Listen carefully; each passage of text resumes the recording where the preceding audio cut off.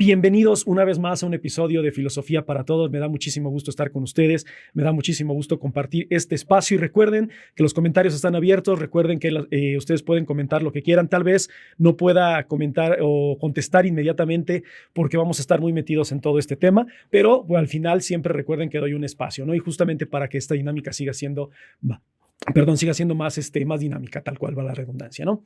Y pues bueno, vamos a hablar justamente de este tema que es, bueno, que lo nombré el autoritarismo norteamericano y los regímenes totalitarios de los 30. ¿Por qué quise hablar de estos temas? Porque bueno, estamos prácticamente estamos viendo una realidad en la que el autoritarismo en Estados Unidos está muy presente, ¿no?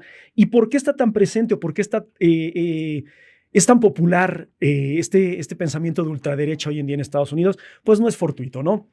Los conflictos internacionales han dado paso a que pues justamente todo esto se esté desarrollando y no solamente eso, sino la situación económica, política y social de Estados Unidos ha dado paso a que Estados Unidos tenga el régimen autoritario que tiene. Porque sí, Estados Unidos desde el inicio de Donald Trump, y no me refiero al periodo anterior, porque en el periodo anterior, a pesar de que tenía tintes autoritarios, no los llevó a cabo, o sea, no los implementó de una forma como lo está haciendo ahora. Si ustedes ven al Trump del periodo antepasado, o sea, sí es del antepasado, porque el pasado fue Biden, y lo comparan con el de hoy, son dos Trumps completamente diferentes. O sea, cualquier internacionalista, cualquier experto en filosofía política les podrá decir que el Trump del primer periodo es un Trump un poco, sí igual de hablador, sí igual utilizando una retórica y un discurso que pues justamente trataba de buscar dañar a los inmigrantes, pero hoy en día no solamente lo plantea, sino que ya lo está llevando a cabo. Entonces,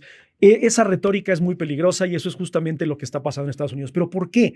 O sea, ¿por qué Estados Unidos tiene esa tendencia hoy en día de ser un régimen que apoya el autoritarismo? Bueno, mucho de eso tiene que ver dos cosas. La ignorancia que existe tal cual en el pueblo norteamericano. O sea, no podemos decir que porque sea primer mundo o que esté considerado como primer mundo en el aspecto económico y de desarrollo, pueda ser también primer mundo en el aspecto educativo. Hay mucha ignorancia en Estados Unidos. Los regímenes totalitarios se caracterizan justamente por ello, pero no solamente por implementar el miedo, por esparcir el miedo, sino porque hay una base social de por medio. La inmigración siempre ha sido un problema en Estados Unidos y bueno, siempre me refiero principalmente hablando del siglo XXI, pero este fenómeno migratorio prácticamente se da en Estados Unidos o se da de México a Estados Unidos en la década de los 40, 50 que empezó a hacerse de cada vez más masivo, ¿no? Y fue por justamente estos acuerdos que hubo entre Estados Unidos y México por mano de obra barata, por este programa Bracero, programa que ayudaba al campo, etcétera, ¿no? Pero pues poco a poco se fue viendo la ineficacia que tenía Estados Unidos de no solamente controlar la cuestión del programa, sino de mantener a los mexicanos solamente en el transcurso del programa y después enviarlos de vuelta, ¿no? Ese es a lo mejor el problema que pudo haberse enfrentado a Estados Unidos de no poder tal cual atacar lo que fue la inmigración masiva que ellos mismos necesitaban para apoyar a su campo y a su industria, ¿no? Digo, no puedo, o sea, sé que es hablar al tanteo si les hablo de lo que es el problema de migración hoy en día. Sabemos cuál es tal cual el problema que se encuentra en Estados Unidos, principalmente por lo que está haciendo México, que podríamos llamarlo una especie de conquista cultural, porque sí, México cada vez más, o los mexicanos o los latinos, cada vez más están permeando y se están adaptando a la sociedad norteamericana, pero no solamente eso. También la están transformando por dentro. Es decir, el ciudadano norteamericano no solo se ha acoplado a la dinámica del latino, sino que ha absorbido algunas de las tradiciones y culturas que también el pueblo mexicano ha llevado, ¿no? O sea, no solamente quiere decir que el mexicano vaya y celebre el gringo el 5 de mayo, la independencia de México, sino que hay ciertas prácticas sociales que también el mexicano implementa, ¿no? Y esa es una de las grandes ventajas que tenemos como latinoamericanos y específicamente como mexicanos. Ya lo decía Octavio Paz en esta grande obra que tiene sobre los mexicanos y sobre lo que es este problema de la identidad que es el laberinto de la soledad, ¿no? Muchos seguramente conocerán el laberinto de la soledad, pero específicamente quiero hablar de este asunto de lo que son los pachucos y lo que es las máscaras mexicanas, ¿no? El problema de la identidad del mexicano ha sido desde la conquista, ¿no? Y no quiero decir que nosotros, los mexicanos, obviamente es un proceso cultural, evolutivo y antropológico. Ya la gente especializada en antropología me dirá cuál es ese fenómeno. Simplemente estoy tratando de dar mi opinión al respecto. Pero cuando Octavio Paz habla en este capítulo de los hijos de la chingada, y perdón si alguien se siente ofendido por la palabra, pero así tal cual se llama el capítulo, los hijos de la chingada, que es muy diferente a hablar de un individuo, de un ente que pudo haber sido violado en contra de su voluntad. Y lo digo las palabras tal cual como son, porque pues aquí vamos a hablar de conocimiento y de filosofía, ¿no? Entonces, cuando se habla de un concepto de violación, se habla de una imposición de poder y de fuerza, tanto física como mental, sobre un individuo, ya sea masculino o femenino. La chingada para Octavio Paz no va a ser únicamente el acto sexual y de poder, sino que va a ser un acto transformador, un acto que va a romper y que va a dañar por completo la identidad de los prehispánicos o de la identidad de las culturas prehispánicas de ese entonces. Porque no solamente es el acto sexual, no solamente es imponer el poder, sino que es quitar religión, creencias, costumbres, idioma, todo a expensas de una nueva religión y de una nueva cultura, ¿no? Entonces, en realidad, por eso la palabra es muy importante y bueno, ya no sé si habrá expertos en literatura y expertos en lenguaje sobre lo que es la chingada y por qué es tan importante para nosotros, ya en el aspecto coloquial, hablar de chinga tu madre o de faltar al respeto de esa forma es porque es un insulto muy fuerte y muy grande, pero tal vez no conocemos el trasfondo. Octavio Paz pinta ese trasfondo de lo que es este mexicano o ¿cómo decirlo?, estas culturas originarias mexicanas que sufrieron esa pérdida de identidad. Y al perder esa identidad, va a decir Octavio Paz que ganamos también algo. Ganamos la capacidad de poder adaptarnos a las culturas de los demás. O sea, es decir, no quiero decir por completo que el mexicano se convierte hacia otra cultura, pero ¿por qué México es uno de los países donde más los extranjeros quieren venir? O por qué en realidad los mexicanos, o los extranjeros, perdón, se sienten tan acogidos por los mexicanos. Principalmente porque el mexicano tiende a entender la situación de esas nacionalidades. O sea, es decir, nosotros cuando vimos que viene un holandés, un sueco, un finés, un ruso, etcétera, tratamos de entender cuál es su situación, por qué están aquí, cómo es que están aquí, y tratamos de conocer más acerca de su cultura. No estoy diciendo que absolutamente todos los mexicanos tengamos la capacidad de hacerlo, pero tendemos a conectar de manera directa con ellos desde una perspectiva más emocional, interpersonal. Tratamos de hacerlos sentir que son parte de nosotros, que es lo que hacemos siempre que viene un artista, ¿no? Le aventamos un simi que tiene características de él, ¿no? O sea, ya sea, yo lo digo específicamente a la música que me gusta, no sé, le avientan a James Hetfield un simi metalero, le avientan a Dua Lipa un simi dualipo, no sé cómo decirlo, ¿no? Pero eso es porque sabemos y queremos que ellos se sientan recibidos. Entonces el mexicano tiene esa tendencia a adaptarse a las culturas y conocer y asimilar y absorber ese tipo de cosas. ¿Qué es lo que va a decir Octavio Paz cuando nosotros utilizamos las máscaras mexicanas? Es decir, adaptamos o transformamos nuestra identidad o nos acoplamos de identidad para tratar de comprender las realidades y tratar de comprender las situaciones de cada uno de esos individuos. Una vez más, no todo el mexicano, pero la mayoría de los mexicanos, por lo menos en mi experiencia, cuando estaba yo estudiando en la carrera y recibíamos muchos extranjeros, siempre era de, ya sabes, ¿no? Hermano Rolf, ya eres mexicano, ¿no? Y era de Suiza el señor, ¿no? Entonces era como de, o sea, ¿pero por qué? ¿Qué conexiones hay? Ninguna, pero queremos que se sientan como en su patria, queremos que se sientan recibidos. Entonces el mexicano tiene esa capacidad en general, ¿no? Principalmente por todos los factores históricos y antropológicos que hemos vivido. Entonces cuando el mexicano llega a Estados Unidos o el mexicano moderno en Estados Unidos, trata de adaptarse a la cultura, pero trata también de imprimir parte de su cultura. El hecho de que en Estados Unidos, disculpen, todo ya esté en español, la mayoría de las cosas, formas oficiales, vas a pedir una licencia, vas a casarte, todo ya viene en español, es por esta poco a poco cultura o conquista cultural que ha estado haciendo el mexicano paulatinamente, principalmente desde mediados de la década de los 50 a lo que hoy es Estados Unidos. Entonces, esto no es un fenómeno moderno, este no es un fenómeno que se ha dado única y exclusivamente en los últimos años o desde la presencia de Trump. Digo, porque mucha gente puede estar familiarizada simplemente por todo lo que ha sucedido últimamente, pero no quiere decir que esta es una tendencia nueva. Es una tendencia que viene desde hace muchísimos años. Entonces, esta necesidad de Donald Trump de imponer una identidad cultural o una identidad nacional completamente norteamericana habla de una pérdida de identidad incluso del norteamericano. El mexicano sigue siendo mexicano. Él va allá, hace sus carritas asadas, hace sus fiestas con banda, con corridos, etcétera, ¿no? Sí, habrá algunos que a lo mejor como aquí, ¿no? O sea, que se pasan, que el volumen y que hacen fiesta, que cierran la calle. Y pues bueno, eso es a lo mejor el problema que se enfrentan los norteamericanos, que no están acostumbrados a ese tipo de prácticas sociales de la sociedad mexicana, ¿no? Y que a lo mejor esa es una falla del mexicano, el no saber entender que está en un país ajeno, que en un país que no es completamente de ellos y que pues tienen que adaptarse a ciertas cosas. Pero poco a poco esto se ha ido dando y además también el norteamericano, muchos de ellos han dado paso a adaptarse a esa situación. Pero el nacimiento de una identidad o de una búsqueda de una cultura completamente nacionalista, como lo está haciendo ahorita Trump, no es de hoy. Los norteamericanos desde la guerra civil y desde la independencia tienen esta tendencia de América, América, América, destino manifiesto, doctrina Monroe.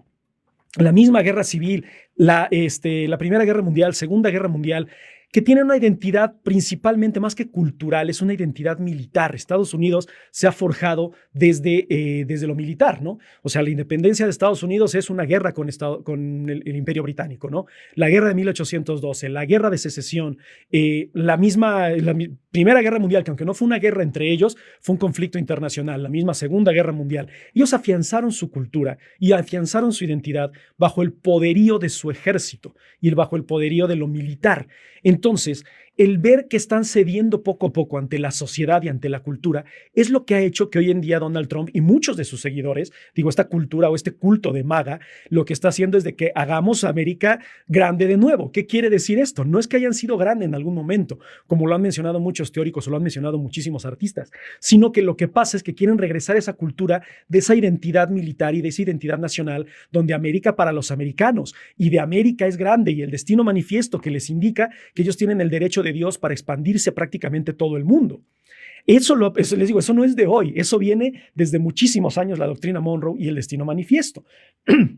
Entonces, el regresar a esa cultura o el regresar a esa retórica o ese discurso es lo que está planteando Trump justamente por toda la cuestión de que ellos ven que están cediendo el poder o de que están perdiendo poder culturalmente hablando ante la comunidad latina o ante la comunidad mexicana, en este caso que somos nosotros y que por eso los está causando tanto problema, ¿no? Ahora, ¿se está portando de esta forma autoritaria? Sí. ¿Por qué autoritaria? Porque en el autoritarismo el líder es el ejemplo. El líder es el que caracteriza prácticamente todas los deseos y los anhelos de su pueblo. Ojo, vuelvo a lo mismo, no todo. No quiere decir que todos y cada uno de los norteamericanos estén representados en Trump. No, pero hay una necesidad, hay una carencia por parte del pueblo norteamericano tal cual en cuestión de identidad. Entonces, cuando Trump propone esto de Make America Great Again desde su primera campaña y que es muy flojo y en realidad no lo logra, tal vez por su inexperiencia, tal vez por su por el contexto internacional, etcétera, pero que hoy en este momento se encuentra justamente con las capacidades necesarias para poder imponer este régimen, lo está haciendo. ¿Y por qué está sonando tanto en Estados Unidos? Porque la sociedad norteamericana busca lo que Donald Trump está ofreciendo. Tal vez en este periodo de tiempo lo único que hizo Trump o lo que buscó Trump fue tratar de identificar los puntos de choque, los grupos de choque que podían causar estos levantamientos, ¿no? Y se da lo que pasó recientemente, ¿no? Que los mexicanos los latinos en general, están haciendo estas revueltas principalmente en California contra ICE. Para los que no sepan qué es ICE, bueno, es justamente este grupo de choque que crea Estados Unidos, o bueno, que no crea Estados Unidos, sino que también ya existía en Estados Unidos para poder recolectar a los inmigrantes que son ilegales y poder deportarlos. Pero estas redadas masivas las está haciendo como un mensaje ante el pueblo, ¿no? Diciéndoles, miren, vamos a sacar a toda esta gente de aquí y vamos a hacer que Estados Unidos sea grande de nuevo, única y exclusivamente con norteamericanos. Ha tomado decisiones muy radicales y muy extremas. Por ejemplo, Estados Unidos hasta Trump no tenía un idioma oficial. ¿Y cuáles eran los problemas que se encontraban siempre los latinos allá, no? De, estás en Estados Unidos, tienes que hablar inglés. Y es de, oye, ¿sabías que constitucionalmente y legalmente Estados Unidos no tiene un idioma oficial o no tenía un idioma oficial? Hasta que Donald Trump dice, ¿saben qué? A partir de ahora el idioma oficial va a ser el inglés, ¿no? Entonces, cuando él establece eso es de, bueno, queremos afianzar que hay un idioma en común de una comunidad, valga la redundancia, que tiene características en común y una identidad en común. Y esa va a ser la identidad del ciudadano norteamericano nacionalista. Estados Unidos está por encima de todo. Estados Unidos debe ser grande. Estados Unidos debe de controlar prácticamente todo. Y por eso Estados Unidos desde la Primera Guerra Mundial está metido en todos los asuntos internacionales. Se mete en la Primera, se mete en la Segunda Guerra Mundial, todos los conflictos de la Guerra Fría, hablemos de Corea, Vietnam, Guerra del Yom Kippur y principalmente todo lo que está pasando ahorita con Israel y Palestina. Y bueno, ahorita, que es un conflicto que existe desde 1948, ¿no? Y justamente lo que está pasando ahorita con Irán. Estados Unidos e Irán tenían una muy buena relación comercial porque Irán Irán era el productor de petróleo en los 70s para Estados Unidos y tenía una muy buena relación con el Shah de Irán. Se da la revolución árabe, ¿no? Tal cual, que destronan al Shah de Irán e imponen, bueno, no imponen, sino que colocan al Ayatollah, creo que fue Khomeini, no recuerdo muy bien el nombre. Y es en donde se vuelve un Estado musulmán, ¿no? Y es donde ya se rompen los intereses con Estados Unidos y es de, ¿qué creen? Irán es un enemigo. ¿Y por qué es un enemigo? Porque tiene una cultura diferente, porque tiene una identidad diferente y porque además ya no está a nuestra disposición.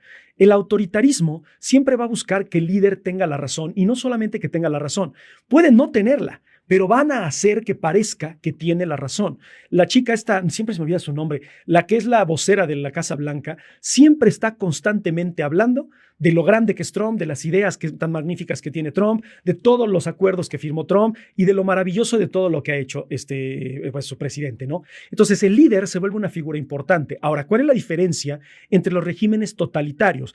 Ojo, no quiere decir que el autoritarismo y el totalitarismo sea lo mismo, pero tienen tendencias muy similares y el autoritarismo puede desenvolver y devenir en un totalitarismo como lo fue la Alemania nazi de Hitler, como lo fue la Italia fascista de Mussolini, como lo fue el militarismo japonés de Hirohito y lo que fue la falange española y el franquismo valga la redundancia, en la España de Francisco Franco, ¿no? Donde ya no solamente era un sector mayoritario de la población que estaba a favor de su líder, sino que ya es un sector mayoritario que está a favor y que va a imponer a aquellos que piensen diferente la forma de pensar de ese grupo en particular. ¿Qué es lo que está pasando ahora? He estado viendo en muchos videos de Estados Unidos donde están proponiendo, bueno, los ciudadanos, no los gobernantes, que a los demócratas ya no se les dé servicio médico, ¿no?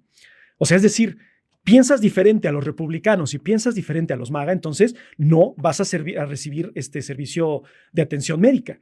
Y es de, oye, estás violando un derecho humano brutal a tu propia sociedad. Digo, podemos decir lo que queramos de Estados Unidos en contra de los inmigrantes por cuestiones legítimas o legales que ustedes quieran, pero atacar y atentar en contra de su pueblo es una cosa muy, muy peligrosa, porque independientemente de que mucha gente apoya a Trump, pues esto puede causar un conflicto interno y generar, tal vez, no lo sé, una guerra civil en Estados Unidos, un conflicto interno. Se está peleando con el gobernador de California. Ya el gobernador de California dijo, no vamos a dar los impuestos que nosotros usualmente damos y aportamos al gobierno federal. ¿Y qué dijo Donald Trump? Bueno, pues lo voy a demandar, lo voy a meter a la cárcel o lo voy a apresar. ¿Qué sucedió recientemente? En una reunión ingresó un diputado demócrata a dar su opinión y fue arrestado, ¿no? Entonces ya se está empezando a censurar la libertad de expresión en el ámbito político. Podemos decir aquí en México que, bueno, ahorita con Puebla está surgiendo esta ley censura con Armenta y que, claro, violenta totalmente la libertad de expresión y que a ver cómo me va, ¿no? Porque a lo mejor estoy hablando de esto y estoy en Puebla y a ver si no me meten a la cárcel, pero que se está violentando la libertad de expresión, se está violentando, ¿no? Entonces, eso estamos hablando del gobierno hacia el pueblo. Ahorita está sucediendo en el aspecto de la élite contra la élite, el gobierno contra el gobierno, los políticos contra los políticos. Entonces ya hay un choque entre las ideologías del mismo Estados Unidos. Y eso puede ser muy peligroso para la integridad tal cual del imperialismo norteamericano. Donald Trump no se está dando cuenta que está segregando a cierta parte de la población que puede llegar a causar un conflicto más adelante uniéndose con otros pueblos, en el caso de los mexicanos, ¿no? Digo, la mayoría de los demócratas hoy en día van a decir estoy de acuerdo con los inmigrantes y defiendo a los inmigrantes cuando a lo mejor en algún momento Obama fue de los que más deportó inmigrantes. Pero, ¿por qué? Porque pues, era un discurso más tranquilo, era una política exterior mucho más mesurada, a diferencia de lo que usualmente históricamente es la política exterior norteamericana, la política exterior republicana, que es muy exagerada y principalmente en asuntos de política exterior, ¿no? Entonces, ya hay un conflicto interno, ya se está censurando incluso a la propia política y ahí es donde empieza a tener una similitud con los regímenes totalitarios de los 30, ¿no? Entonces, ahorita voy a hablar un poco también de lo que fue, los que no conocen de historia, un poco sobre los regímenes totalitarios de esa época. Vamos a ver qué similitudes pueden llegar a tener con lo que está sucediendo ahorita en Estados Unidos, ¿no? Pero quiero tomarme una pausa porque creo que me fui así de corrido rapidísimo para agradecerles por sus likes, agradecerles por sus compartidas, agradecer que están conectados. Somos 76, entonces me da muchísimo gusto. Y no también recordarles que pues el taller de filosofía sigue activo. Si quieren hablar de estos temas, se habla de estos temas. La mundanidad también es muy importante discutirla desde un aspecto filosófico. Entonces, no solamente vamos a ver historia de la filosofía, sino que vamos a ver estos temas y cómo aplicarlos desde una perspectiva de filosofía aplicada. Entonces, si les interesa, pues ya saben, el enlace está aquí en mi perfil, está en YouTube, está en Spotify. Quienes estén interesados, pues bueno, bienvenidos al taller de filosofía, ¿no? Y pues bueno, antes de continuar, déjenme dar un trago de agua porque llevo dando clases todo el día. Entonces, bueno, ¿qué sucede con los regímenes totalitarios en los 30? Como a diferencia de lo que mucha gente puede pensar, no fueron los nazis los que comenzaron con el totalitarismo, sino que fueron los italianos, ¿no? Fue de hecho Benito Mussolini el que comienza con todo esto del fascismo, que tal cual ahorita vamos a encontrar y van a escuchar por todos lados que las políticas de los gringos o de los norteamericanos en este momento pueden tener tendencias fascistas. ¿Y por qué fascistas? Pues bueno, viene de los fasci di combattimento que existían en el Imperio Romano. ¿Cuál era el propósito de Benito Mussolini? El propósito de Benito Mussolini era revivir las glorias del Imperio Romano. Entonces, prácticamente era un discurso como Make Roma Great Again, haz de Roma grande de nuevo, como lo fue en algún momento, que a diferencia de lo que es Estados Unidos nunca fue grande. Si nosotros pensamos en la historia de Estados Unidos, tal vez lo más cercano a la grandeza, y entre comillas, pudo haber sido la época de las 13 colonias, pero no podemos hablar de una grandeza cuando está basada en la sangre y en el sudor y en la masacre de miles y millones de indígenas norteamericanos que sufrieron en la guerra de los Pequot, en la masacre de los Iroquois, en fin, todo lo que fue la aniquilación de prácticamente un porcentaje muy alto de los indígenas. Entonces, no podemos decir que fue grande, pero ¿por qué dije que sí? Porque pues todavía estaba basado un poco más en valores de la iglesia, el no ser sujetos de un rey tirano como lo era el rey Jorge en Reino Unido, ¿no? Y pues crear estas colonias que tenían aceptación, como lo que fue Maryland, lo que fue Boston, muchas de esas, Massachusetts, ¿no? Y todo lo que fue el desarrollo de las 13 colonias, ¿no? Pero si estamos hablando ya de lo que es la guerra de independencia, es donde hay más unión por parte de ellos, pero todavía había mucho racismo, ¿no? O sea, es decir, los negros, nada, los judíos, nada, todo aquello que no fuera tal cual un blanco protestante o Quaker, pues entonces estaba un poco de fuera. Pero no podemos juzgarlos, estamos hablando del siglo XVI. Hoy sí podemos jugar en el siglo XXI, decir, oye, ¿cómo puede ser que esté segregando a tanta gente en pleno siglo XXI? Pero en ese entonces, pues era algo muy común y era algo muy normal, ¿no? No hay que criticar ni hay que catalogar a la gente de ese entonces, porque esa era la realidad en la que vivían en ese momento, ¿no? Es como criticar a Platón de que tuviera esclavos, cuando en ese momento la esclavitud era completamente aceptable, y que incluso Platón en la República dice que uno de los engranajes importantes de la sociedad, pues van a ser los esclavos. Entonces, hay que tratar de ponernos en los zapatos del contexto histórico en el que estamos hablando. Entonces, regresando al punto, ¿no? La guerra de secesión, que fue tal cual la guerra de civil de Estados Unidos, que se pelearon el norte contra el sur para abolir o mantener la esclavitud, y que afortunadamente gana el norte y Abraham Lincoln con todo lo que fue el ejército de la nación, y se establece la no esclavitud y se libera al pueblo norteamericano, prácticamente a todos los negros principalmente, ¿no? Pero estamos hablando de que hasta 1962 se va a dar la Carta de Derechos Civiles, donde se va a reconocer a los negros como un ser humano, ¿no? Y estamos hablando que la Guerra de Secesión termina en 1860 y tantos, no recuerdo la fecha exacta, ¿no? Es decir, 100 años tuvieron que pasar para que se reconocieran como individuos. Y hoy en día todavía, ¿cuál es la dinámica popular de los memes? El de te arresté porque eres negro, te balaceé porque eres negro. ¿Por qué? Porque así funciona todavía una sociedad que está muy segregada y muy racista, ¿no? Entonces, regresando a los fascios di combattimento, que eran estos grupos de choque que existían en la antigua Roma, él va a tratar de revivirlos también, Benito Mussolini, y va a crear lo que son las camisas negras. Las camisas negras van a ser grupos que van a tratar de inculcar hagamos una vez más a Italia grande como lo fue el Imperio Romano. No estoy diciendo que los magas sean los camisas negras de este momento, pero seguro están actuando de esa forma. Es prácticamente, no piensas igual que yo, entonces estás en mi contra.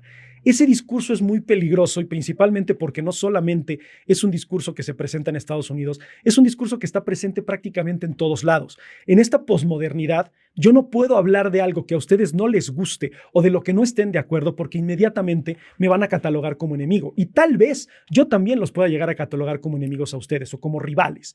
Y en vez de que tengamos un diálogo trascendental que nos ayude a crecer y que nos ayude a ser mejores, entonces te voy a ver como enemigo, te voy a ver como atacante y todo lo que me digas lo voy a sentir como una ofensa y un ataque. Y al ser un ataque, entonces no voy a tener la opción de poder abrir justamente el diálogo.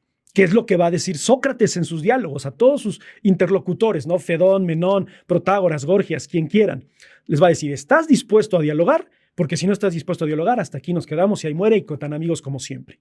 Ese es el problema de la posmodernidad, ¿no? De que no existe esa apertura al diálogo. Entonces, Mussolini con esas camisas negras empieza todo lo que son los grupos de choque, hacer protestas, hablar mal del régimen de Víctor Manuel III, No, 13. Víctor Manuel XIII en Italia y pues bueno, no les hago el cuento muy largo, terminan derrocando a Víctor Manuel XIII y establecen la dictadura fascista de Mussolini, donde Mussolini se vuelve el ejemplo a seguir.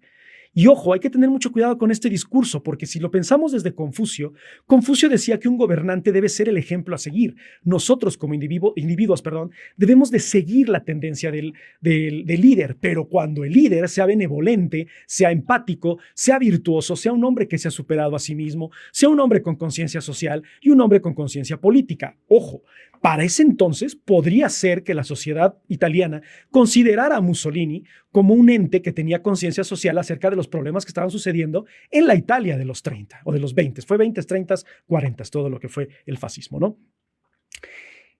Lo que está sucediendo con Trump es muy parecido. Te dice lo que quieres escuchar y ahora el pueblo está actuando no a petición de Trump, pero está esperando complacer a Trump.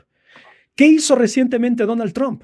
Este desfile militar jamás había sucedido en Estados Unidos que un presidente hiciera un desfile militar para festejar y celebrar su cumpleaños. Estados Unidos siempre se ha catalogado como el país que lleva libertad a todos lados, que otorga la libertad a los otros países. Y siempre ha criticado a los regímenes totalitarios y autoritarios, Corea del Norte, Cuba, China, etc. Pero China, Cuba, Corea del Norte son los únicos que hacen desfiles militares para honrar a su líder.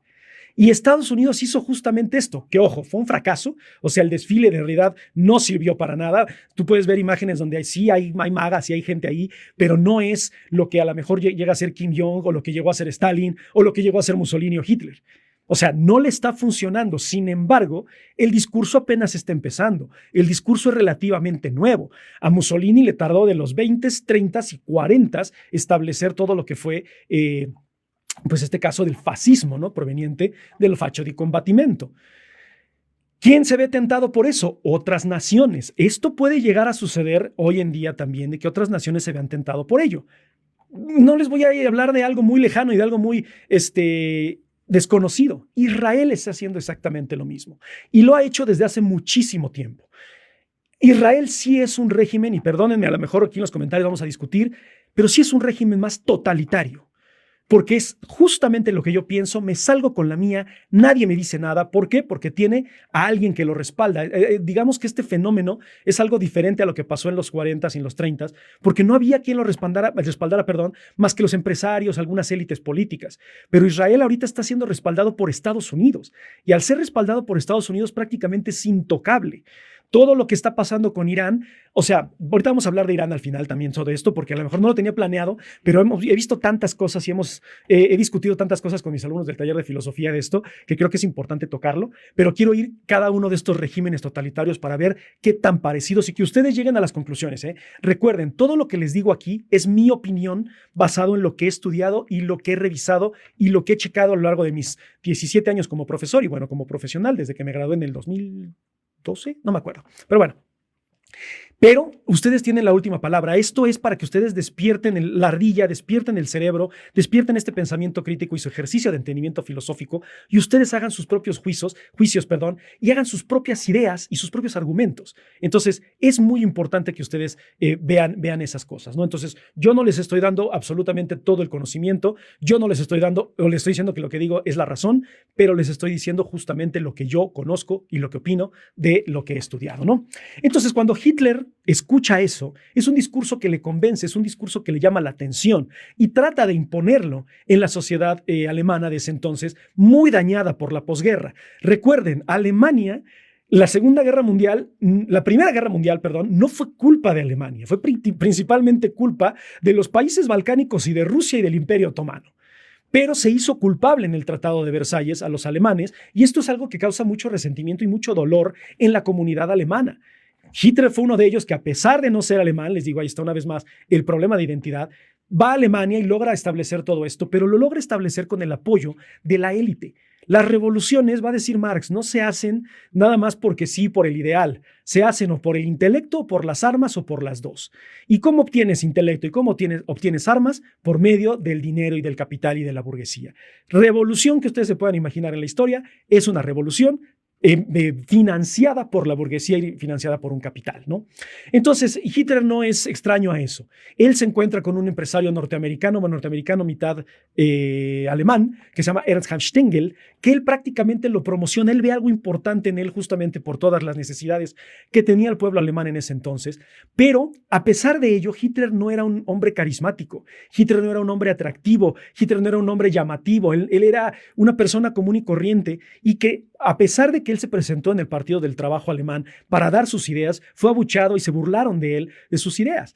Pero este hombre lo ayuda en el discurso, lo ayuda en la retórica. Y les digo, ahí está el problema a veces de la retórica, que digo, no es mala, ya lo hablamos en el capítulo anterior sobre el sofismo del siglo XXI, pero lo que importa es hacia dónde está dirigida y la ética que lleva de por medio el sofismo, bueno, la retórica.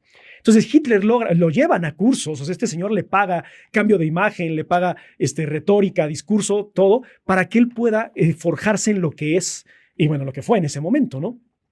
Entonces, estoy viendo que hay alguien que se llama Tío Adolfo y dice, sí es cierto, me ayudaron, perdón, me dio mucha risa. Pero en fin, entonces, él logra desarrollar todo este pensamiento y se impone de una forma, de un discurso completamente diferente, más agresivo, en donde gritaba más, hacía más ademanes, era un lenguaje corporal mucho más agresivo, y empieza a llamar la atención del pueblo. ¿Por qué? Porque empieza a decirles lo que el pueblo quiere escuchar, ¿no? Entonces, ya lo decía Robert Michels, para que un líder, Robert Michels es un politólogo alemán, dice, para que un líder sea un buen líder, tiene que tener carisma, tiene que ser carismático, tiene que llamar la atención, tiene que ser una persona que a la gente le caiga bien. Y Hitler no caía bien hasta que aprendió a manejar el discurso, ¿no? Entonces, bueno, ya, no les hago el cuento muy largo, ¿no? Él logra establecer el poder en 1933, bueno, en el 33, que es cuando prácticamente se hace el canciller absoluto, cuando Hindenburg entra con una enfermedad brutal, bueno, que les digo, él no fue electo, 2 veces pierde las elecciones, y se establece este régimen totalitario, ¿no? Pero aquí hay un punto muy importante. Apenas se salió un video de Donald Trump, no sé qué tan cierto sea, la veracidad no lo puedo corroborar, pero donde está hablando de Kim Jong y dice, oye, él cuando hace sus celebraciones, cuando hace sus discursos, toda la gente se pone de pie y toda la gente lo escucha. Dice, quiero que mi gente haga lo mismo. Ya cosificar al pueblo y hacerlo como una extensión de él y que él sienta que es parte de su propiedad, fue justamente lo que hizo Hitler. Hitler incluso, cuando se le critica de, ¿sabes qué? Es que no eres alemán, eres austriaco, no puedes ser un líder de aquí. Él ve la forma y con todos los grupos de choque, incluso también crea sus propios grupos de choque llamados las camisas pardas, que eran exmilitares de la Primera Guerra Mundial, que no tenían trabajo porque en el Tratado de Versalles cambiaron la constitución de la República de Weimar y les prohibieron tener ejército. Y ahí es donde entonces ellos ven una oportunidad de poder aplicar sus técnicas militares y llevarlas a cabo en el pueblo, ¿no? Entonces les digo, no es fortuito, Hitler no se hizo de la nada, Hitler no fue un ente completamente alemán, es las consecuencias del Tratado de Versalles y de los intereses que tenían también los empresarios judíos y norteamericanos. ¿Y por qué digo judíos? Sí, porque muchos judíos también financiaron a Hitler, judíos que buscaban crear un estado sionista como es Israel y que dijeron, los judíos que no apoyen son traidores al movimiento sionista, los judíos que sí apoyen, bienvenidos porque van a tener su estado de Israel más adelante, ¿no? Y esto no lo digo yo, lo dice Hannah Arendt en La banalidad del mal, ustedes lo pueden ver ahí, muchos testimonios de gente de Medio Oriente, de líderes de Egipto, de varios países, ¿no? Entonces digo, todo lo que está sucediendo ahorita es un efecto de bola de nieve que viene desde muchísimos años atrás. Entonces, cuando Hitler afianza el poder y tiene este control sobre la sociedad, es algo que Donald Trump está buscando tener ahora. Ahora, no estoy diciendo que lo vaya a hacer de la noche a la mañana y que a lo mejor que tiene 160 días en el poder. Tal vez no, pero el problema es que esto puede empezar a permear dentro de la sociedad norteamericana y no solo la sociedad norteamericana. ¿Qué está pasando en Europa? Europa tiene ya un par de años que tiene tendencias de extrema derecha en sus partidos y en sus movimientos. Por ponerles un ejemplo, está el Vox de España, ¿no? El Vox de España es un partido que prácticamente dice que la Falange tenía la razón y que el franquismo debería regresar porque se vivía bien y porque se tenía control en la sociedad. Ahorita vamos a hablar un poco del franquismo, pero sí, esa premisa es sumamente peligrosa en un país que apenas terminó su dictadura en 1975. Nosotros los mexicanos podemos decir, hemos tenido una dictadura de Porfirio Díaz que acabó en 1910, una dictadura de partido, tal vez tuvimos, pero había alternancia, o sea, es decir, había diferentes líderes y a lo mejor nos daban a tole con el dedo, pero había elecciones y había ilusión de democracia y lo que ustedes quieran, ¿no? Pero la dictadura más grande del siglo XX es la de Francisco Franco. Fueron 40 años que Francisco Franco estuvo en el poder. Entonces, imagínense lo que es para los españoles del 75 para acá, apenas estar saliendo de lo que fue el fantasma del franquismo y el sufrimiento del franquismo y que hoy en día esté de nuevo ahí, ¿no? Ya hablaré del franquismo más adelante, pero bueno, se van conectando, ¿no? Porque todos fueron contemporáneos, valga la redundancia, por eso es totalitarismo de los 30, ¿no? Voy a darme una pausa una vez más para tomar agua, pero también agradecer su participación, sus likes. Somos más de 100 personas. Eso me da muchísimo gusto. Quiere decir que lo que estoy diciendo les está llamando la atención y les está gustando, entonces voy a tratar de seguir con esa tendencia. Sé que estoy hablando muy rápido, hoy en particular estoy hablando muy rápido, no sé por qué, tengo a veces esos tintes, pero bueno, regresando al punto, ¿no? Gracias por su participación, gracias por sus likes, compartan y recuerden, inscríbanse al taller de filosofía, les va a encantar. Entonces, bueno, eso sucede en Alemania. ¿Qué sucede en Japón? Japón también estaba teniendo muchos problemas porque siempre Japón tuvo un conflicto con China. China y la superioridad de los chinos en ese entonces, pues era mucho mayor a la de Japón. Digo, no estoy familiarizado tal cual con todo el totalitarismo japonés y la historia de Japón. Sí sé algunas cosas, pero no todo. Pero digamos que era la misma tendencia, ¿no? O sea, un sentimiento de inferioridad, los conflictos que habían perdido siempre con China, siempre estar peleándose por Manchuria con los rusos, la guerra ruso-japonesa, etcétera, ¿no? Entonces, Hirohito ve la necesidad también de crear un régimen donde se regrese a la magnitud de lo que fue el imperio japonés, o sea, es decir, la época de los estados, ¿cómo se llama? La época Tokugawa, ¿no? La época de los samuráis, regresar con todo lo que era este dote de gloria y honor que tenían los samuráis previamente. Entonces, si se fijan, es revivir un fantasma de un pasado que coyuntural y contextualmente ya no aplica, pero que suena romántico para las sociedades. Es decir, a mí me dices, revivamos lo que fue el imperio azteca, aunque yo ni siquiera sea indígena, diría, güey, pues órale va, ¿no? ¿Por qué no? Yo quiero ser un guerrero jaguar, o ¿por qué no mejor el imperio, bueno, la cultura maya, quiero ser un guerrero caballero águila, ¿no? En fin, suena padre, suena romántico y suena nacionalista y suena un respeto a la patria. Lamentablemente, el patriotismo y el nacionalismo son dos cosas completamente diferentes. Yo puedo estar muy orgulloso de ser mexicano, muy orgulloso de ser norteamericano, de ser alemán, de ser japonés, pero decir que soy japonés, soy mexicano y soy norteamericano y estamos por encima de todos los demás, es ahí donde está el problema. ¿Y cuál es el discurso de Donald Trump? La superioridad de Estados Unidos. Estados Unidos lleva libertad, Estados Unidos lleva paz, Estados Unidos es el líder político, económico, social, Estados Unidos es el ejemplo. Todo mundo quiere venir aquí, todo mundo quiere el American Dream. Cuando tú ves a la sociedad norteamericana y conoces un poco de su dinámica, dices, ¿de verdad quieres ese American Dream? ¿Quieres una sociedad que ni siquiera sabe ubicar a su país en el mapa? Gente que tiene prepa terminada, gente que tiene universidad terminada y que no sabe ubicar en un mapamundi solamente porque les voltean los continentes dónde se encuentra su país, aquí podrá ver el mexicano más ignorante del mundo, pero le pones un mapamundi y dices, güey, ese es México, ¿no? Entonces, ese discurso del American Dream es vamos a hacer Alemania grande de nuevo, perdón. Vamos a hacer Alemania grande de nuevo. Vamos a hacer Roma, revivir el Imperio Romano. Y bueno, Hitler quería revivir el Imperio prusiano, ¿no? Las glorias de Bismarck. Es lo que quería revivir Hitler. Por eso se llama el Tercer Reich. ¿Por qué es el Tercer Reich? Porque el primero es el Imperio Romano, el segundo es el Imperio prusiano, y ellos iban a hacer el Tercer Reich, el Reich de los 1000 años. Y bueno, ya lo mencioné en mi tesis universitaria, que lo logra, ¿no? Ideológicamente, metafísicamente hablando, nadie va a dejar de hablar nunca de Adolf Hitler y del Reich, ¿no? Entonces, tal vez físicamente, tácitamente, políticamente ya no existe un régimen totalitario como el de los nazis, pero mentalmente el Reich siempre va a existir, ¿no? Y lo estamos viendo ahorita en estas tendencias que está teniendo Estados Unidos, ¿no? Y bueno, regresando a Japón, ¿no? Entonces Japón, pues por eso se crea el eje, ¿no? Japón, Alemania e Italia, y se unen en una alianza militar, política y económica y social que va a ser una amenaza para Europa. No puedo decir a ciencia cierta que Estados Unidos tenga un aliado capitalista tal cual, parecido al de los regímenes totalitarios de los 30. Pero mucho de lo que está sucediendo en Europa, en Alemania y en España, y bueno, en Francia también me parece que hay una tendencia de derecha, corríjanme si me equivoco, podría ser los aliados. De hecho, apenas estaba viendo un TikTok de broma de por fin Francia y Alemania van a ser aliados en algún conflicto, porque siempre fueron enemigos, ¿no? Pero digo, no es algo que haya que jactarse ni haya que burlarse si lo vemos desde un aspecto más estricto, ¿no? ¿Y qué sucede en España? España sufre lo que Estados Unidos, tal vez en un siglo más tardío, pero sufre una guerra civil, y una guerra civil que estuvo completamente dividida y devastada, y por eso España tiene tantos problemas. Y sé que a lo mejor hay mucha gente de España que me está escuchando, y por favor corríjanme si me equivoco, pero yo di clases de franquismo y di clases de guerra civil, entonces por eso sé de lo que hablo, pero no me acuerdo completamente de todo, me preparé, pero a ver, hay algunas cosas que se me van a ir. Entonces, por favor, corríjame si me equivoco. Entonces, cuando se da la Guerra Civil Española, se da por el caos en el que se encontraba España. O sea, había comunistas, había republicanos, había gente que buscaba la monarquía, había gente que buscaba la monarquía parlamentaria. O sea, es de fin, la monarquía parlamentaria. O sea, es de fin. Entonces, quiere decir que hay alguna tendencia también totalitarista, ¿no?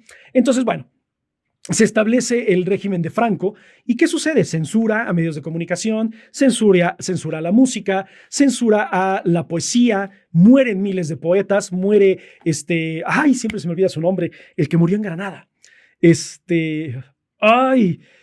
García Lorca, Federico García Lorca, es asesinado Antonio Machado, es asesinado Miguel Hernández, que les recomiendo, lean sus poemas, son una cosa brutal, porque hablan de la guerra civil y hablan de todas las cuestiones de Franco. Estaba prohibido hablar de Miguel Hernández, de Antonio Machado, de García Lorca, en los medios de comunicación, en la calle. No podías hablar de comunismo, no podías promover el comunismo, no podías promover nada que fuese en contra de Franco.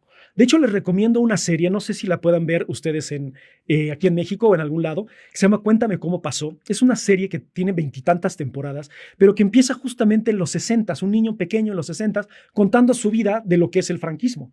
Y ahí pueden ver ustedes cómo había un grupo de choque que podía ser considerado como lo que sucedió apenas en Estados Unidos, que mandaron a la Guardia Nacional a las protestas contra los manifestantes en California, que eran los grises, porque el uniforme era gris.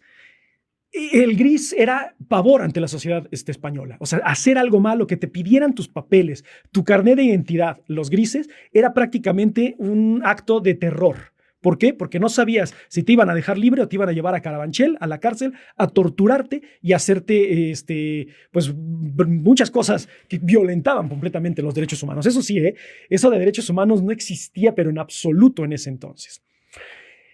Y bueno, ahí tenemos estas cuatro. Lo quise resumir lo más rápido posible, porque recuerden, siempre trato de que el en vivo sea de una hora y cacho, pero bueno, estos son las cosas que tienen en común las dictaduras totalitarias de los 30, ¿no?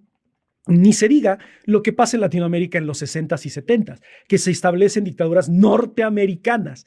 El mismo régimen, o sea, el mismo discurso del régimen que sucedía en los regímenes totalitarios, pero ahora en Latinoamérica. Pero eso no quiero hablarlo tan a profundidad. ¿Qué sucede con Donald Trump? ¿Qué está pasando? Si ustedes escucharon muy bien, hay muchas similitudes entre lo que está pasando en Estados Unidos con lo que pasaba en los 30s y en los 40s. Tal vez no se ha afianzado totalmente, tal vez no ha logrado censurar completamente, tal vez no ha logrado controlar completamente a la población, tal vez no ha impuesto una religión, pero habla de que Estados Unidos es cristiano, habla de que el que es demócrata está en contra de él, habla de que aquel que no hable o que no diga lo que él quiere escuchar, entonces vamos a ver cómo lo censuramos. Entonces, poco a poco esto está llegando a una tendencia totalitarista. Autoritario ya es, porque establece sus reglas, establece sus normas y se sigue lo que piensa el líder por mayoría. Va a llegar un momento en que se va a imponer por obligación, y digo, valga, suena muy redundante, pero va a ser ya por obligación, va a tener, ya no va a haber golpes de choque, ya no va a haber partidos en contra, como pues sucedió en China, como sucedió en Cuba, como sucedió en Corea del Norte, y tal vez llegue a suceder en Estados Unidos. Ahora, opinión personal, yo no creo que el mundo lo permita. ¿Por qué? Porque creo que ya lo va a decir, y esto es una teoría de las relaciones internacionales, Immanuel Wallerstein, justamente con todo lo que está pasando ahorita con Irán.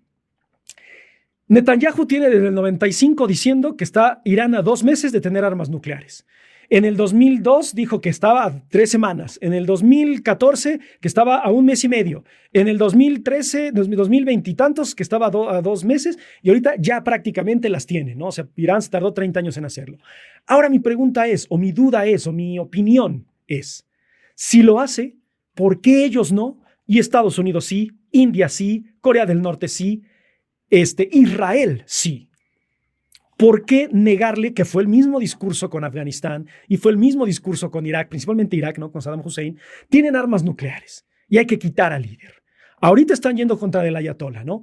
Para quitarlo y destronarlo. Y bueno, no sé si en algún momento quieran revivir lo que fue la alianza comercial con el Shah de Irán, ¿no?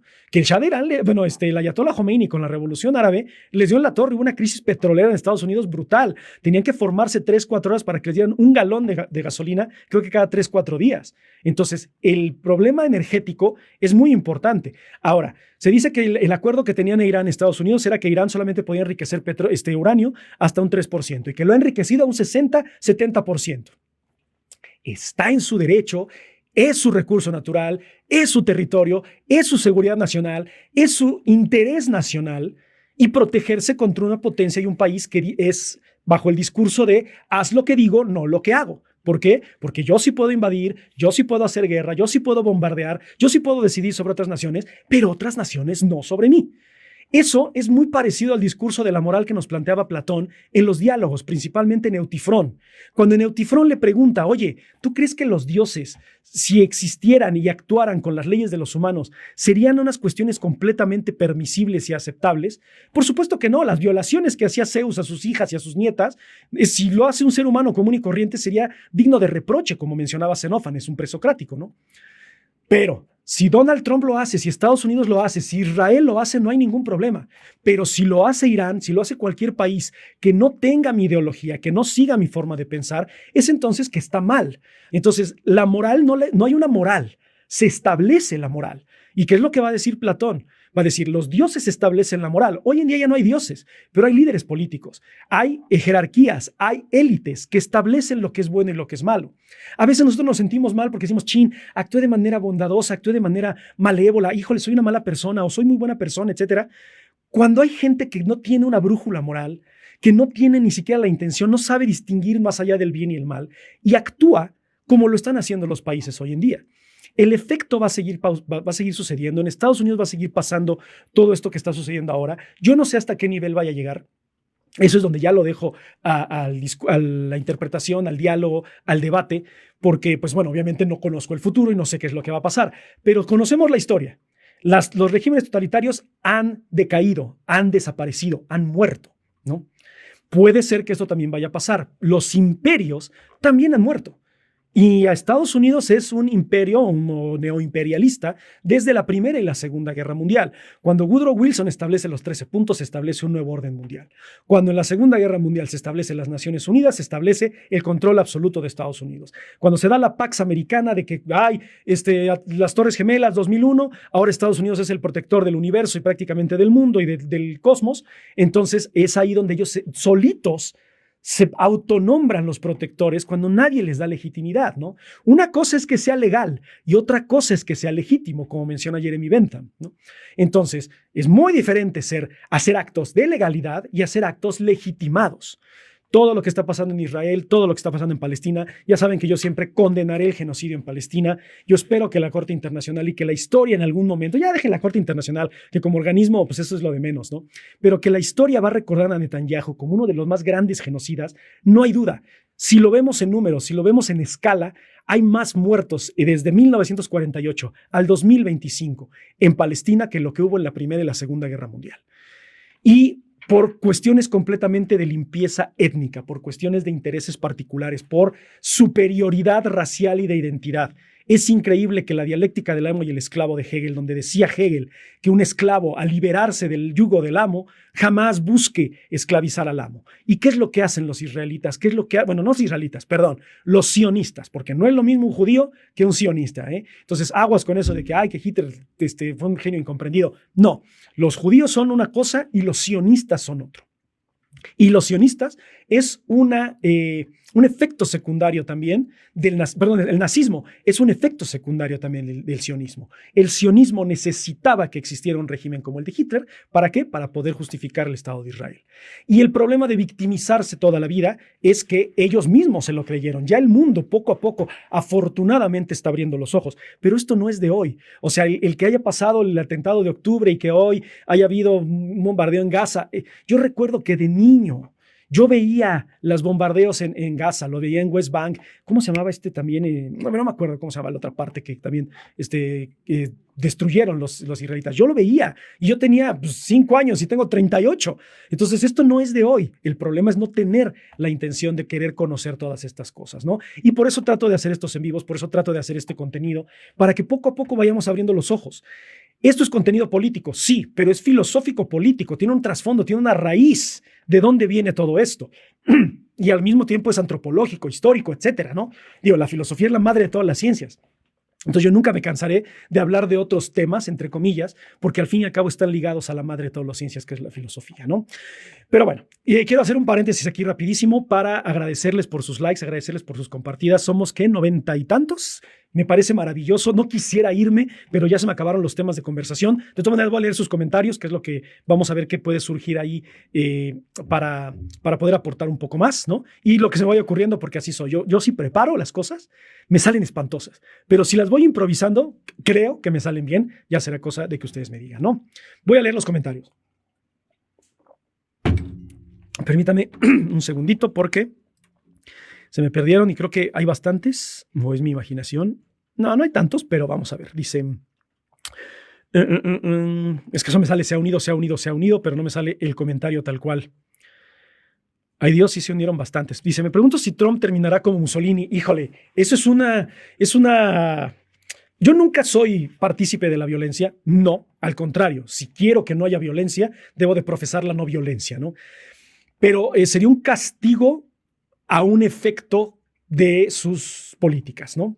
Lo que hizo Mussolini fue que, bueno, si no saben lo que le pasó a Mussolini lo colgaron y prácticamente lo amarraron a un coche y lo arrastraron por toda Italia y se fue desmembrando y desbaratando, ¿no? Entonces, digo, no es que yo le desee eso a Trump, porque desearle eso a un ser humano creo que es lo peor que puedes hacer, ¿no? Y más si hablas de moral o hablas de ética. Pero no sabemos qué es lo que puede llegar a pasar, ¿no? Le pasó a Luis XVI, le cortaron la cabeza, le pasó a Gaddafi, que también lo golpearon y lo desbarataron. No sabemos si eso puede llegar a pasar, pero a diferencia de lo que pasaba en la Segunda Guerra Mundial y con todos estos regímenes totalitarios, los campos de concentración, etcétera, que era secreto, hoy en día no tenemos excusa. Todo está a voces, las redes sociales, los medios de comunicación. Prácticamente estamos viendo un genocidio televisado. La primera guerra que fue televisada, espérenme que me está diciendo que si estoy vivo, sí.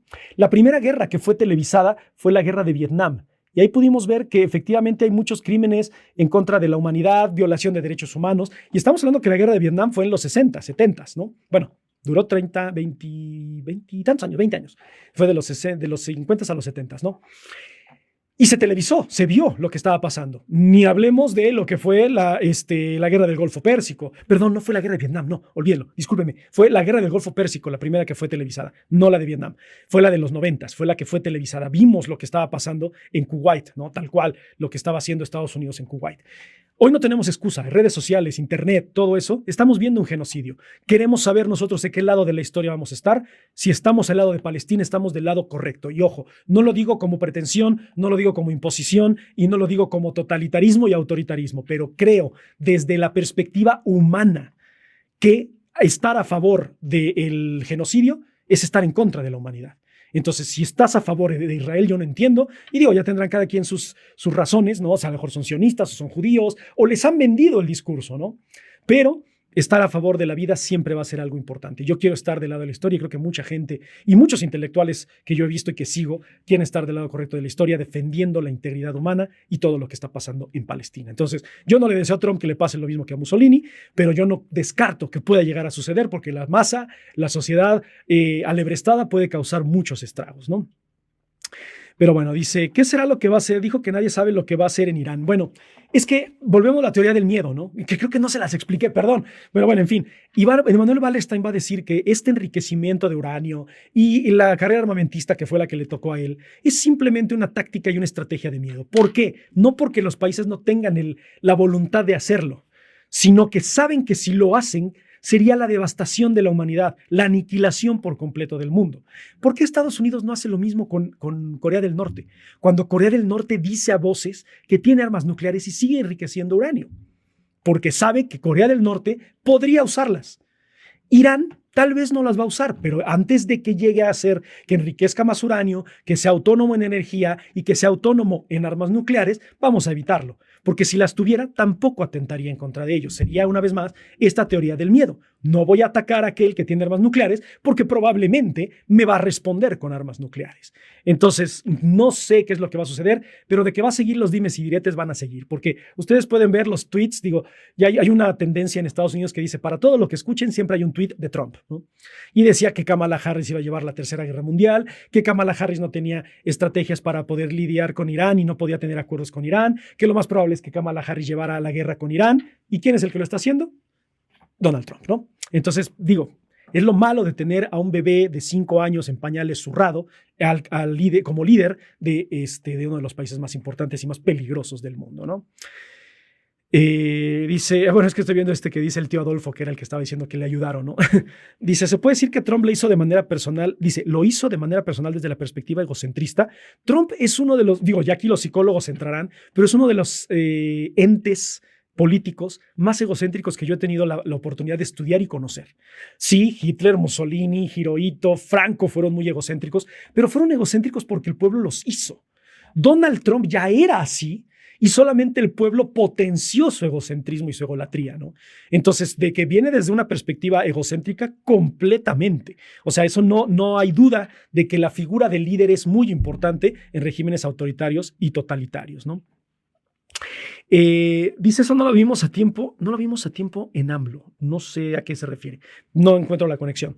Dice, te acabo de encontrar al fin un respiro a la mente. No, pues les agradezco, ya saben que siempre, bueno, no siempre estoy aquí, pero siempre les agradezco su presencia y su participación. Siempre tengo un tema en particular de qué hablar. A veces hablo de filósofos o de su filosofía en particular. A veces hago estos en vivos así como aleatorios en los que hablo de un tema muy controversial o social o político, pero trato siempre de relacionarlo con la filosofía. Entonces, pues les agradezco mucho que estén aquí y siempre es un placer, ¿no?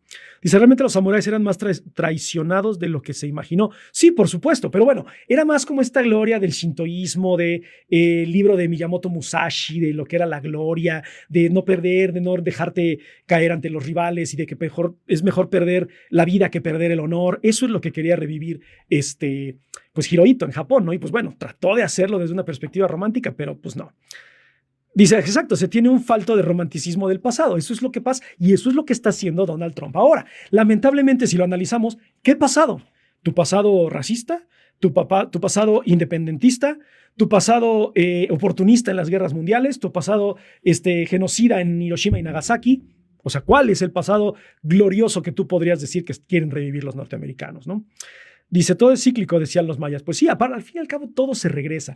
Yo sí soy muy ferviente creyente del karma. Recuerden, yo practico el budismo no como religión, sino como filosofía y creo que en tu actuar está el recibir. Si actúas de una forma, recibirás una cosa. Si actúas de lo positivo, si actúas de forma negativa, recibirás algo negativo, ¿no? Entonces era una cosa brutal. Y sí, literal, los samuráis eran asesinos con título, como podemos decir ahora que son los militares, la Guardia Nacional, pues los soldados en sí, ¿no? Porque al fin y al cabo tienen licencia para matar.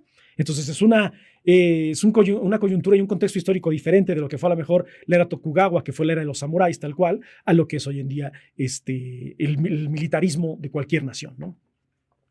Dice, toda la historia que nos enseñaron es una gran mentira. Dice, si existe, tiene la misma esencia el sionismo. Bueno, no sé qué se refiere con eso. Dice, toda la historia que nos enseñaron es una gran mentira. Completamente de acuerdo, pero lamentablemente conocer la verdad absoluta es imposible. Tal vez no llegaremos jamás a conocer la verdad absoluta, pero no quiere decir, como dice Sócrates, que no nos desvivamos tratando de conocerla y encontrarla, ¿no? Entonces, todo lo que escuchen, todo lo que les digan, incluso todo lo que les he dicho en este episodio, no me lo crean, dúdenlo, cuestiónenlo y siempre estén en deseo de crecer y de ser mejores, ¿no? Dice, todo depende de quién te lo cuente. Ya decía Foucault, hay dos verdades que están en lucha. ¿Cuál es la verdad verdadera? La verdad que triunfa, ¿no? Dice, Occidente se declaró ganador de la Segunda Guerra Mundial y sometió al mundo. Trump se comió un Egipto. A ver, son los comentarios, ¿no? Dice, Occidente se declaró ganador de la Segunda Guerra Mundial y sometió al mundo. De la primera y de la segunda. Los 13 puntos de Woodrow Wilson de la primera que da a las ligas de las naciones y que prácticamente le quita todo a Alemania, el Tratado de Versalles, etcétera. Y pues bueno, la Segunda Guerra Mundial, ni se diga, que entra a una guerra completamente perdida en 1942, porque pues, los alemanes, los soviéticos prácticamente ya estaban destrozando a los alemanes en la Operación Barbarroja, ¿no? Pero bueno. Dice, no falta el típico chamaquito que venga a decirte que eso no pasó. Es como literal, pero este hombre tiene un título que dice que sabe de lo que está hablando. Pues sí, lamentablemente los títulos a veces son importantes, ¿no? Digo, porque da legitimidad a la persona que está hablando, pero no necesariamente una persona con título quiere decir que sepa de lo que está hablando, ¿no? Si te queremos oír, pero también queremos que nos leas. ¿Que nos leas? Ah, que los lea ustedes. Yo dije, ¿quieren que les lea algo? No, sí, yo sé, pero digo, es que a veces en los comentarios en Spotify y en YouTube principalmente me dicen, es que te desvías mucho del tema en los comentarios, etcétera. Entonces digo, bueno, voy a hablar de todo el tema, voy a decir todo lo que tengo que decir y después damos un espacio en los comentarios y al que no quiere escucharlos, pues ya, se puede desconectar, se puede salir, lo puede cerrar, no hay ningún problema, ¿no? Entonces, bueno, vamos a seguir leyendo los comentarios. Dice, se disfraza la moralidad con la palabra política y social. Justamente eso es lo que hace la retórica. Disfrazar, imponer, persuadir, tergiversar la realidad y la verdad. ¿Para qué? Para imponer una forma de pensamiento en particular. Entonces eso es parte de lo que nos hace seres humanos y lo que hace la demagogia, lo que hace el dogmatismo. Todo eso es parte del proceso humano, entre comillas, ¿no? Dice, desde el discurso hablaba del Estado de Derecho. Siento de lo actual es que a veces las comas...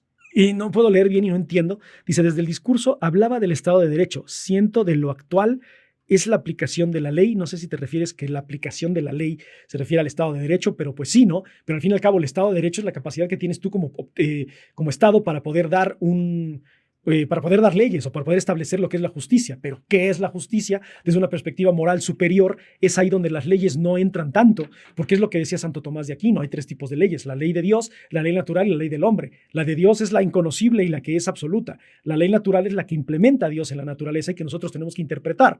Y la ley del hombre es la que, a través de la interpretación de la ley de la naturaleza, solamente la usa para castigar algunos actos, ya sean morales o inmorales. Entonces sí está un poco complicado esa parte, ¿no?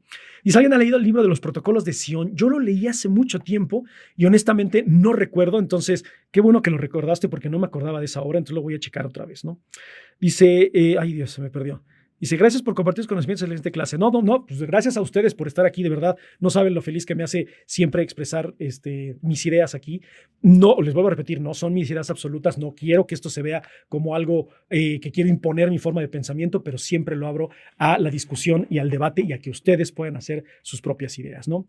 Si me cuesta escuchar tu podcast en Spotify, la primera vez que me toca ver un live, qué bueno. Síganme, eso es algo muy importante, ¿no? Síganme porque tengo muchos likes, comentarios y todo, pero no me siguen o no dan like en algunas publicaciones y es donde el algoritmo a veces baja aquí en Spotify. Entonces, denle like al podcast. O sea, tengo 10,000 seguidores y solamente tengo 290 y tantos likes. Entonces, no es ni el 1%, ¿no? Entonces, les agradecería mucho que me pudieran like, ¿no? Pero bueno, en fin. Dice, ¿tiene licencia para desvivir? Son simples asesinos como cualquiera, claro. Dice, no tiene licencia para desvivir, son simples... otra vez dice lo mismo. Ajá, pero bueno, en sí, justamente eso es lo que pasa con el ejército, ¿no? Tal cual. Pero bueno, les agradezco muchísimo su participación. Traté de leer todos los comentarios que me pusieron aquí y traté de ser lo más conciso y preciso posible porque les digo que no quiero que los episodios duren más de una hora, principalmente para la gente que escucha en Spotify y en YouTube. Pero muchísimas gracias por todo. Son 70 y tantas personas. Es el público más grande que he tenido. Fueron 120, creo que lo máximo. Entonces, de verdad, estoy muy, muy agradecido. No sin antes quiero despedirme diciéndoles, les agradezco mucho por todo y entren al taller de filosofía. Créanme que les va a gustar. Hay mucha gente que está aquí conectada que son parte del taller y les podrá decir, a lo mejor ya no lo podrán decir en los comentarios, lo rico que ha sido ese taller y cómo les ha servido. Entonces, eso es lo que me está ayudando a sobrevivir prácticamente de la filosofía y a seguir haciendo estos videos que creo que ayudan a muchísima, muchísima gente. Pero bueno, muchísimas gracias por todo. Pasen una excelente noche, tengan un excelente día si me están escuchando de día y nunca olviden que la filosofía los acompañe.